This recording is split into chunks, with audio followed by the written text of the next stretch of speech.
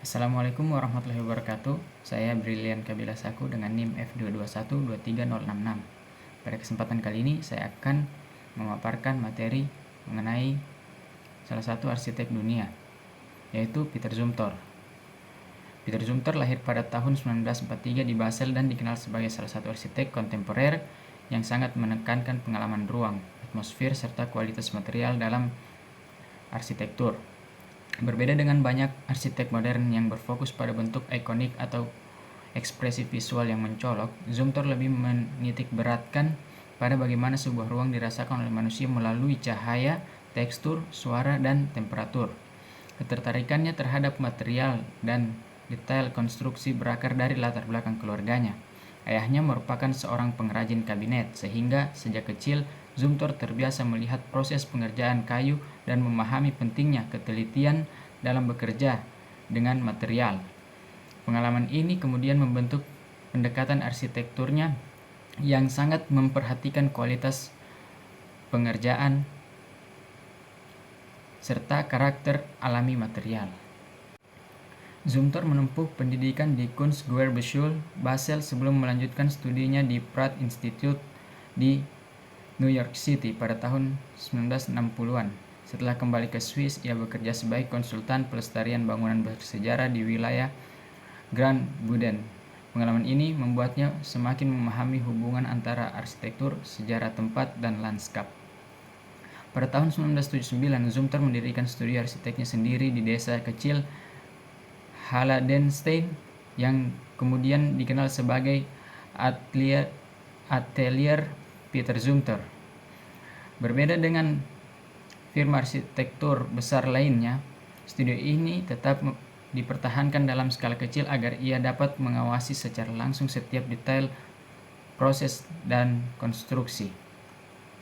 Karya-karyanya sering dianggap sebagai arsitektur yang tenang, kontemplatif, dan sangat peka terhadap lingkungan. Beberapa karya terkenalnya antara lain Thermopfalz di Swiss, Columba Museum di Jerman, serta Gasthaus Bregenz di Austria. Atas kontribusinya dalam dunia arsitektur, Zumthor menerima berbagai penghargaan internasional bergengsi, termasuk Pritzker Architecture Prize pada tahun 2009. Yang mengukuhkan posisinya sebagai salah satu arsitek yang paling berpengaruh dalam arsitektur kontemporer. Prinsip desain Peter Zumthor yang pertama yaitu atmosfer ruang. Zumthor percaya bahwa kualitas arsitektur tidak hanya berasal dari bentuk bangunan, tetapi dari atmosfer yang dirasakan pengguna ketika berada di dalam ruang. Atmosfer tersebut tercipta dari kombinasi cahaya, material, suara, tekstur, suhu, serta proporsi ruang. Yang kedua yaitu kejujuran material. Material harus digunakan secara jujur dan alami, tanpa menutupi keasliannya. Seperti contoh yaitu batu dibiarkan menampilkan teksturnya, kayu menunjukkan serat alami, serta beton menampilkan pola backcasting. Yang ketiga yaitu kesederhanaan bentuk. Bentuk bangunan biasanya sangat sederhana dan minimal, tetapi juga kualitas ruangnya sangat kuat. Yang keempat yaitu konteks dan tempat. Bangunan harus memiliki hubungan yang kuat dengan lanskap, sejarah tempat, dan budaya lokal. Metode desain Peter Zumthor yaitu yang pertama pendekatan atmosfer. Ia merancang bangunan dengan mempertimbangkan pengalaman sensorik manusia seperti cahaya alami, bau material, suara ruang, dan suhu udara. Yang kedua yaitu eksperimen material. Zumthor sering melakukan eksplorasi langsung terhadap material melalui sampel material, mock-up konstruksi, serta prototipe detail bangunan. Maket. Yang ketiga yaitu maket fisik. Ia banyak menggunakan maket fisik untuk memahami proporsi ruang, pencahayaan, dan hubungan antara ruang dalam dan luar. Yang keempat yaitu proses desain yang lambat. Zumthor dikenal memiliki proses desain yang lambat dan reflektif. Proyek dapat memakan waktu bertahun-tahun karena ia ingin memastikan kualitas ruang yang maksimal.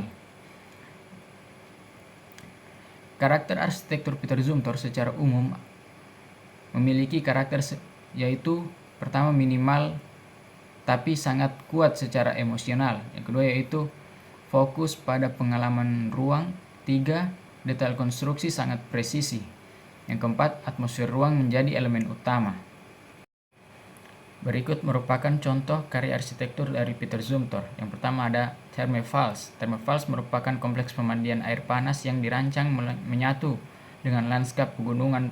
Bangunan ini menggunakan batu quarit lokal sebagai material utama untuk menciptakan ruang yang tenang dan atmosfer yang kontemplatif melalui perpaduan elemen air, batu, dan cahaya. Prinsip desain yang digunakan adalah atmosfer, yaitu sebagai pengalaman ruang menjadi fokus utama desain. Yang kedua yaitu material Annesley. Material batu digunakan secara alami.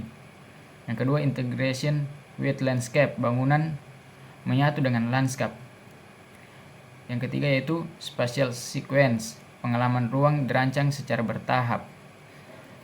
Metode desain yang digunakan yaitu penggunaan batu kuarsit lokal, pencahayaan alami melalui celah atap, bangunan sebagian tertanam dalam lanskap, urutan ruang berdasarkan pengalaman pengguna.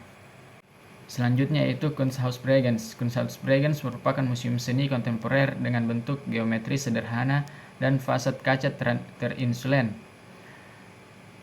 Bangunan ini dirancang untuk memaksimalkan pencahayaan alami sehingga menciptakan kualitas ruang yang optimal bagi galeri seni.